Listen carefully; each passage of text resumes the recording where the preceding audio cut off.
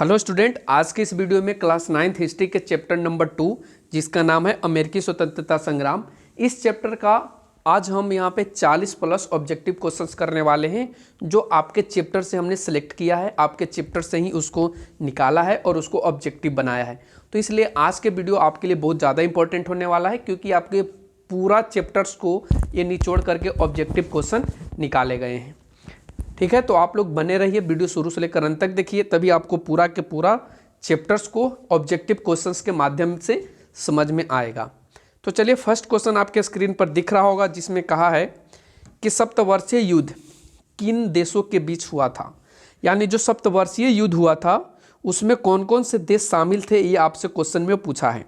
Option A में England और America के बीच हुआ था, ऑप्शन बी में अमेरिका और फ्रांस के बीच हुआ था, ऑप्शन सी में इंग्लैंड फ्रांस के बीच हुआ था, ऑप्शन डी में यहाँ पे अमेरिका और कनाडा के बीच हुआ था।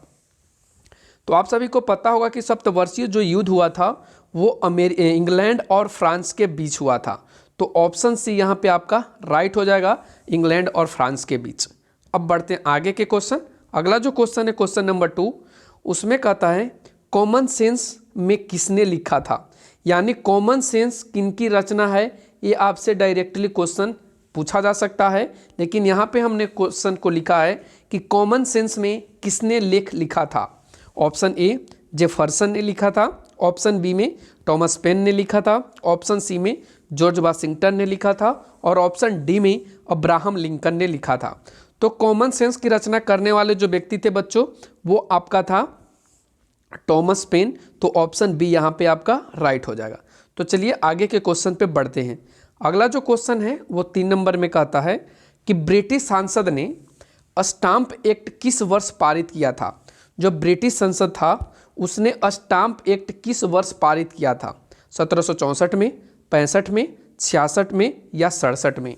तो इस प्रश्न का जो राइट आंसर होगा वो ऑप्शन आपका बी होगा, 1765 में ब्रिटिश संसद ने स्टाम्प एक्ट पारित किया था। ठीक है, आप लोग को समझ में आ रहा होगा। अगर आप लोग इस क्वेश्चंस का आंसर जानते हैं, इन सारे क्वेश्चंस का, तो आप लोग कमेंट में ज़रा जवाब लिखते चलिए, हम आपका कमेंट लाइव देखते हैं। क्वेश्चन नंबर 4 कहता है कि बोस्टन की चाय पार्टी घटना घटी थी। बोस्टन चाय पार्टी घटना कब घटी थी, ये क्वेश्चन आपसे पूछा है। क्या 1765 में घटी थी, 1767 में, 1773 में या 1774 में। तो बोस्टन की जो चाय पार्टी घटना थी बच्चों, वो आपका घटा था 1773 में। तो इस प्रश्न का राइट आंसर हो जाएगा ऑप्शन सी। क्वेश्चन नंबर 5 पे आइए। क्वेश्चन 5 कहता है कि अमेरिकी स्वतंत्रता संग्राम का पहला युद्ध कब हुआ था। अमेरिकी स्वतंत्रता संग्राम का पहला युद्ध कब हुआ था, 1774 में हुआ था, 75 में हुआ था, 76 में हुआ था या 1781 में हुआ था। तो अमेरिकी स्वतंत्रता संग्राम का जो पहला युद्ध हुआ था वो 1775 ईस्वी में स्टार्टिंग हुआ था। तो ऑप्शन ए यहाँ पे बी आपका राइट हो जाएगा। क्वेश्चन नंबर नेक्स्ट आइए। क्वेश्चन नंबर 6 कहता है कि प्रतिनिधित्व नहीं तो कर नहीं, प्रतिनिधित्व नहीं तो कर नहीं, यह नारा किस क्रांति में दिया गया था। ऑप्शन ए इंग्लैंड की गौरवपूर्ण क्रांति में दिया गया था, ऑप्शन बी फ्रांसीसी क्रांति में दिया गया था, ऑप्शन सी रूसी क्रांति में दिया गया था, ऑप्शन डी अमेरिका के स्वतंत्रता संग्राम में दिया गया था। तो इस प्रश्न का राइट आंसर ऑप्शन डी होगा, अमेरिकी स्वतंत्रता संग्राम में यह नारा दिया गया था कि प्रतिनिधित्व नहीं तो कर नहीं। ठीक है, अब क्वेश्चन आते 7 नंबर पे। क्वेश्चन 7 कहता है कि स्वाधीनता के पुत्र पुत्रियां नामक संस्था स्थापित की गई थी। स्वतंत्रता के पुत्र पुत्रियां नामक संस्था स्थापित की गई थी, वो किस युद्ध में की गई थी, यानी किस युद्ध के दौरान की गई थी। ऑप्शन ए इंग्लैंड की गौरवपूर्ण क्रांति के दौरान की गई थी, ऑप्शन बी फ्रांस की क्रांति के दौरान, ऑप्शन सी अमेरिका स्वतंत्रता संग्राम के दौरान और ऑप्शन डी जर्मनी के एकीकरण के दौरान। तो इस प्रश्न का राइट आंसर हो जाएगा ऑप्शन सी, अमेरिका स्वतंत्रता संग्राम के दौरान स्वाधीनता के पुत्र पुत्रियां नामक जो संस्था था उसको स्थापित किया गया था। और आप लोग बताइए कि इस संस्था का स्थापना किसने और कब किया था। फटाफट से आप कमेंट में बताते चलिए, हम आपका कमेंट देख रहे हैं। नेक्स्ट क्वेश्चन जो आता है वो क्वेश्चन नंबर 8 कहता है कि अमेरिकी स्वतंत्रता संग्राम में अंग्रेजी सेना का सेनापति कौन था? बहुत इंपॉर्टेंट क्वेश्चन है। इसमें कहा है कि अंग्रेजी सेना का सेनापति कौन था। ऑप्शन ए में लॉर्ड वेलेस्ली था, ऑप्शन बी में लॉर्ड कर्नवालिस था, ऑप्शन सी में लॉर्ड डलहौजी था और ऑप्शन डी में लॉर्ड कैनिंग था। तो इस प्रश्न का जो राइट आंसर होगा वो ऑप्शन बी हो जाएगा यहाँ पे, क्योंकि उस समय जो अंग्रेजी सेना का सेनापति था उसका नाम लॉर्ड कर्नवालिस था। ऑप्शन आगे बढ़ते हैं क्वेश्चन नंबर 9 पे, जिसमें कहता है कि अमेरिकी उपनिवेशों का सेनापति कौन था।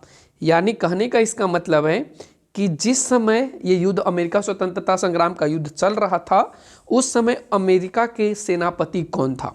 ऑप्शन ए जॉर्ज वाशिंगटन था, ऑप्शन बी थॉमस जेफरसन था, ऑप्शन सी अब्राहम लिंकन था और ऑप्शन डी थियोडोर रूजवेल्ट था।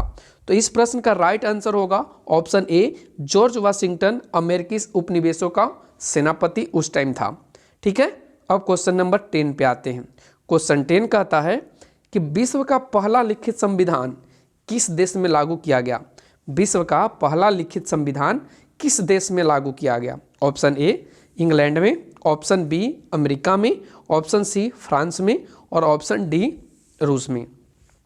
तो आप सभी को पता है कि विश्व का पहला लिखित संविधान अमेरिका ने लागू किया था, तो ऑप्शन बी यहाँ पे राइट होगा। और आप लोग को ये भी पता होगा कि अपने देश यानी अपना कंट्री इंडिया का भी लिखित संविधान है।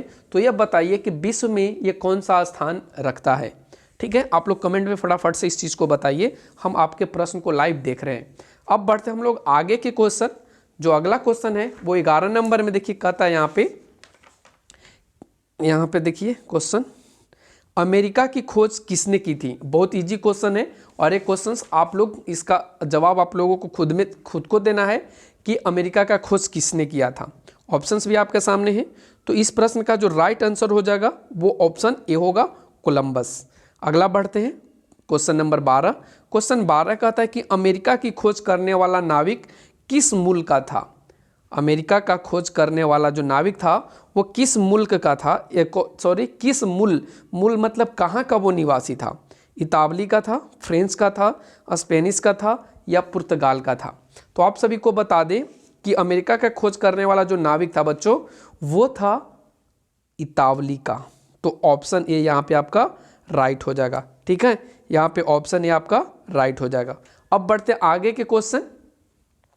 जो आगे का क्वेश्चन है वो कहता है, देखिए क्वेश्चन नंबर 13 में, इंग्लैंड ने उत्तरी अमेरिका में कितने उपनिवेश स्थापित किए थे। Option A 3, option B 13, option C 23 और ऑप्शन डी 33। तो यहाँ पे इंग्लैंड ने उत्तरी अमेरिका में जो अपने उपनिवेश स्थापित किए थे वो इन्होंने किया था 13। तो ऑप्शन बी आपका यहाँ पे राइट हो जाएगा। ठीक है, अब बी को क्लिक कर लेंगे। अब बढ़ते हैं आगे क्वेश्चन नंबर 14। इसमें कहता है कि अमेरिका स्वतंत्रता संग्राम के समय इंग्लैंड का राजा कौन था। अमेरिकी स्वतंत्रता संग्राम के समय इंग्लैंड का राजा कौन था।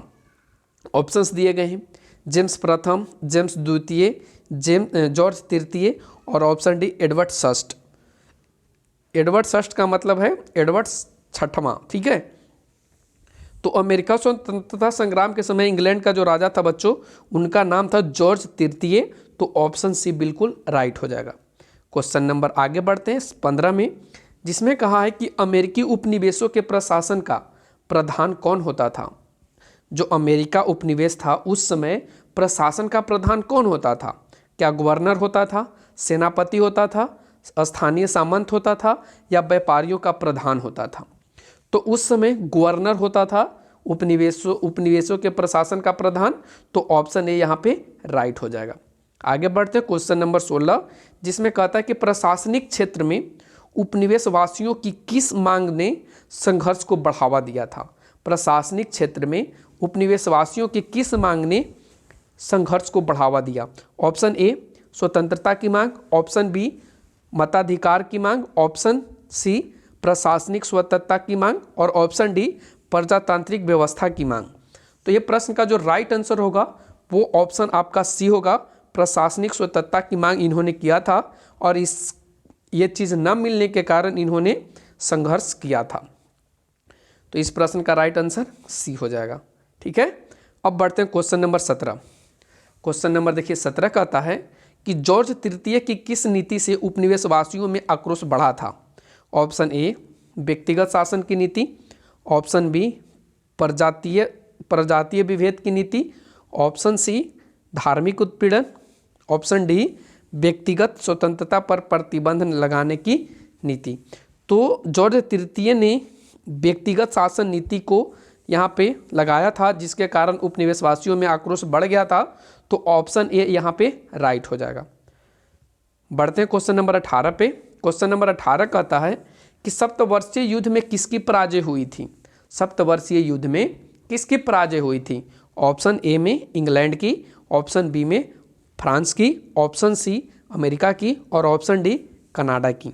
तो सप्तवर्षीय युद्ध में जो पराजय हुआ था वो था फ्रांस। ठीक है, ऑप्शन यहाँ पे बी हो जाएगा, सी नहीं होगा, ऑप्शन बी फ्रांस। अब बढ़ते हैं आगे क्वेश्चन नंबर 19 पे। क्वेश्चन नंबर 19 कहता है कि अमेरिका स्वतंत्रता संग्राम में किस वर्ग की प्रमुख भूमिका थी। ऑप्शन ए पूंजीपति वर्ग, ऑप्शन बी सैनिक वर्ग, ऑप्शन सी मध्यम वर्ग और ऑप्शन डी पुरोहित वर्ग। तो इस प्रश्न का राइट आंसर हो जाएगा ऑप्शन सी मध्यम वर्ग। तो आप सी को क्लिक कर लेंगे।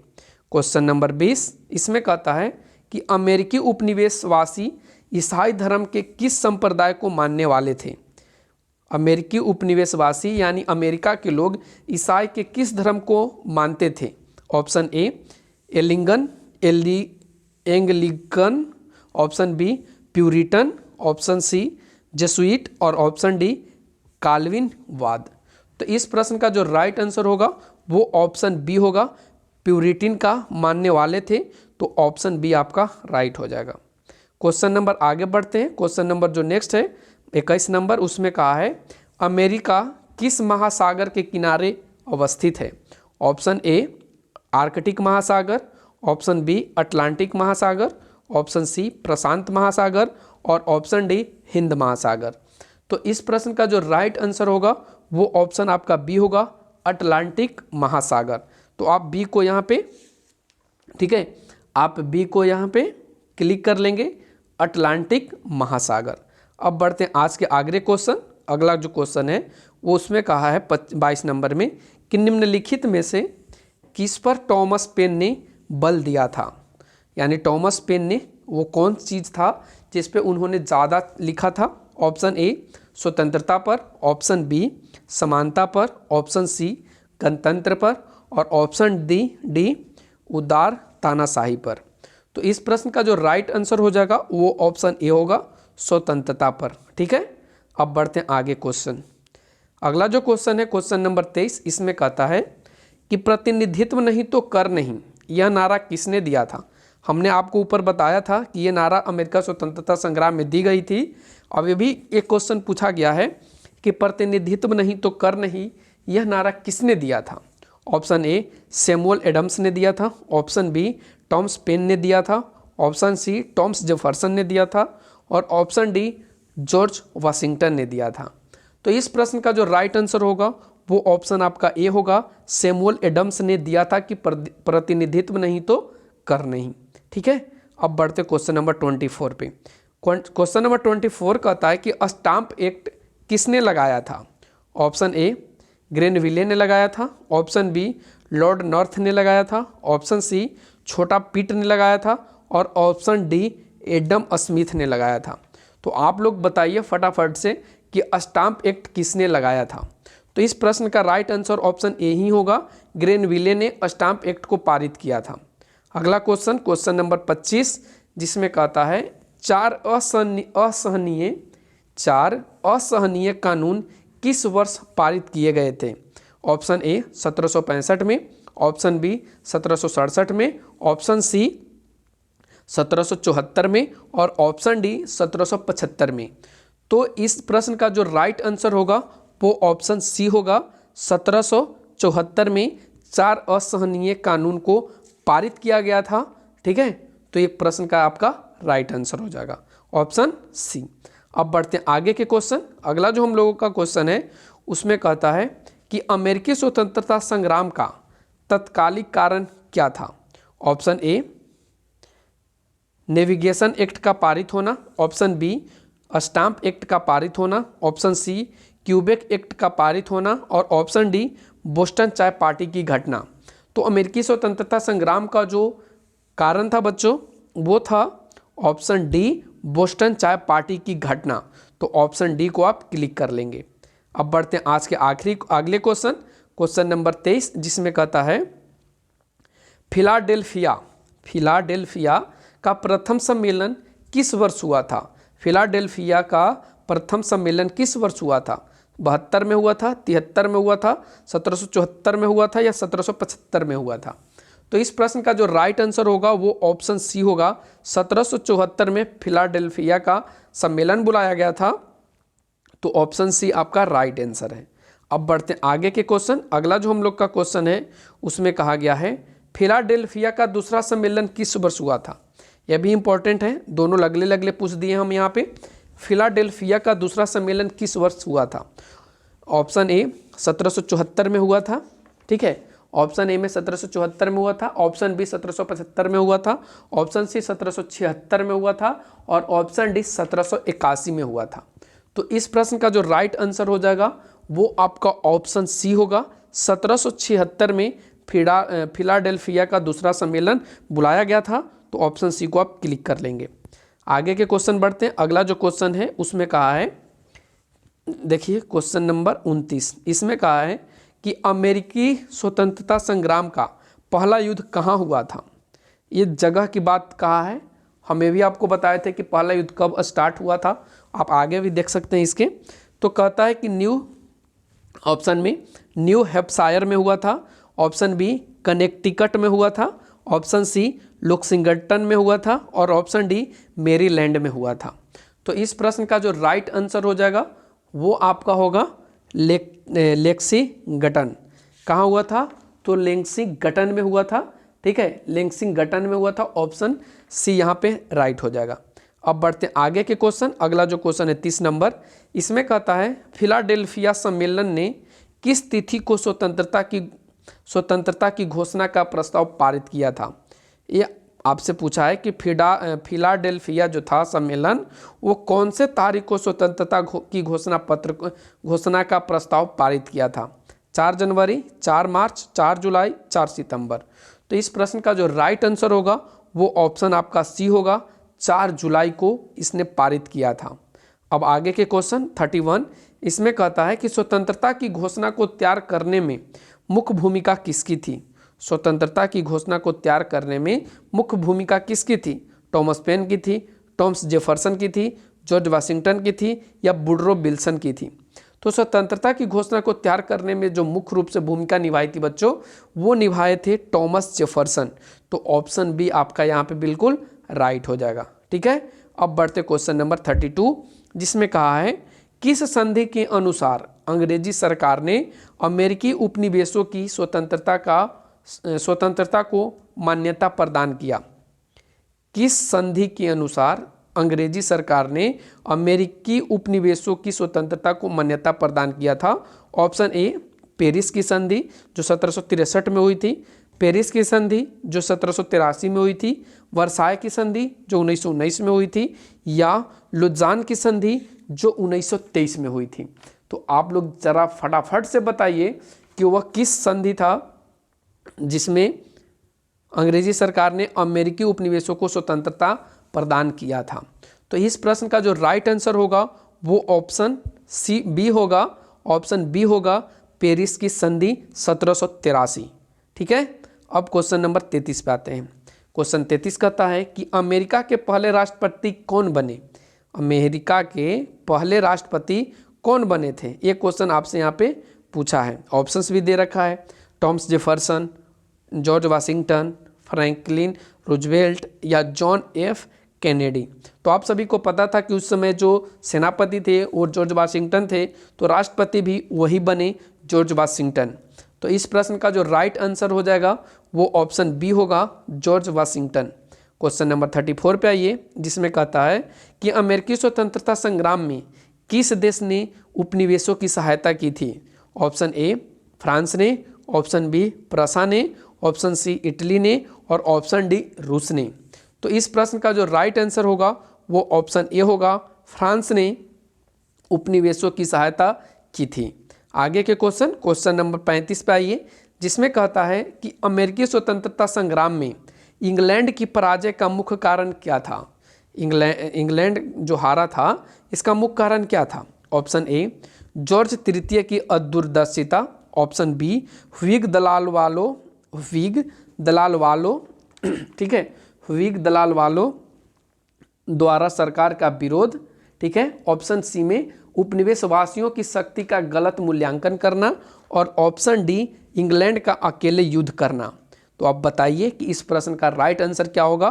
तो ऑप्शन डी बिल्कुल राइट हो जाएगा, इंग्लैंड का अकेले युद्ध करना इसकी हार की, इंग्लैंड के पराजय का मुख्य कारण था। तो ऑप्शन डी को आप क्लिक कर लेंगे। आगे के क्वेश्चन नंबर 36 पे आइए, जिसमें कहता है कि अमेरिका का संविधान किस वर्ष लागू किया गया था। 1776 में किया गया था, 1783 में किया गया था, 1787 में किया गया था, या 1789 ईस्वी में किया गया था। तो इस प्रश्न का राइट आंसर होगा 1789 में किया गया था। तो ऑप्शन डी को आप क्लिक कर लेंगे। आगे के क्वेश्चन नंबर 37, इसमें कहा है कि इंग्लैंड में कैबिनेट प्रणाली के विकास में किसका योगदान था। ऑप्शन ए ऑलिवर क्रॉमवेल का, ऑप्शन बी लॉर्ड नॉर्थ का, ऑप्शन सी छोटा पिट का, और ऑप्शन डी बड़ा पिट का। तो ये चारों ऑप्शंस में से आप फटाफट से बताइए कि इसका क्या सही जवाब होगा। तो इस प्रश्न का जो राइट आंसर होगा वो था छोटा पिट, ठीक है, इस प्रश्न का राइट आंसर है छोटा पिट का, ठीक है। अब बढ़ते हैं आगे क्वेश्चन नंबर 38, जिसमें कहा है कि अमेरिकी स्वतंत्रता संग्राम का फ्रांस पर क्या प्रभाव पड़ा था। ऑप्शन ए राजशक्ति सुदृढ़ हो गई थी, सामंती शक्तियाँ सुदृढ़ हो गई थी, या अर्थव्यवस्था सुदृढ़ हो गया था, या अर्थव्यवस्था दुर्बल हो गया था। तो इस प्रश्न का राइट आंसर ये होगा कि अमेरिकी स्वतंत्रता संग्राम का फ्रांस पर ये प्रभाव पड़ा कि उनका जो अर्थव्यवस्था था वो कमज़ोर हो गया, दुर्बल हो गया। ऑप्शन डी यहाँ पे राइट हो जाएगा। अब बढ़ते हैं आगे क्वेश्चन नंबर 39, उसमें कहता है कि अमेरिकी स्वतंत्रता संग्राम का भारत पर क्या प्रभाव पड़ा। ऑप्शन ए भारतीय राजाओं की स्थिति सुदृढ़ हो गई, सुदृढ़ का मतलब अच्छा हो गई। ऑप्शन बी में भारत में स्वतंत्रता आंदोलन आरंभ हो गए। ऑप्शन सी में आंग्ल रूसी संघर्ष आरंभ हो गए, या ऑप्शन डी आंग्ल फ्रांसीसी संघर्ष आरंभ हो गए। तो एक प्रश्न का जो राइट आंसर होगा, ठीक है, ये आपका होगा ऑप्शन डी आंग्ल फ्रांसीसी संघर्ष आरंभ हो गए थे। तो ऑप्शन डी बिल्कुल राइट हो जाएगा, ठीक है। आज के आखिरी क्वेश्चंस की ओर बढ़ते हैं। जो आज का आखिरी क्वेश्चन है 40 नंबर, इसमें कहता है कि अमेरिकी स्वतंत्रता संग्राम की सबसे महत्वपूर्ण उपलब्धि क्या थी। ऑप्शन ए जॉर्ज तृतीय का पतन, ऑप्शन बी संयुक्त राज्य अमेरिका का उदय, ऑप्शन सी विचार अभिव्यक्ति की स्वतंत्रता का मिलना, और ऑप्शन डी गणतंत्रात्मक व्यवस्था का पहला प्रयोग। तो अमेरिकी स्वतंत्रता संग्राम की सबसे महत्वपूर्ण उपलब्धि क्या थी, फटाफट से कमेंट में इसका जवाब बताइए। तो इस प्रश्न का राइट आंसर होगा ऑप्शन डी गणतंत्रात्मक व्यवस्था का पहला प्रयोग। तो आज का ये लेक्चर आपको कैसा लगा, आप लोग कमेंट सेक्शन में कमेंट करके बता सकते हैं। तो आज के लिए बस इतना ही। Thanks for watching, take care.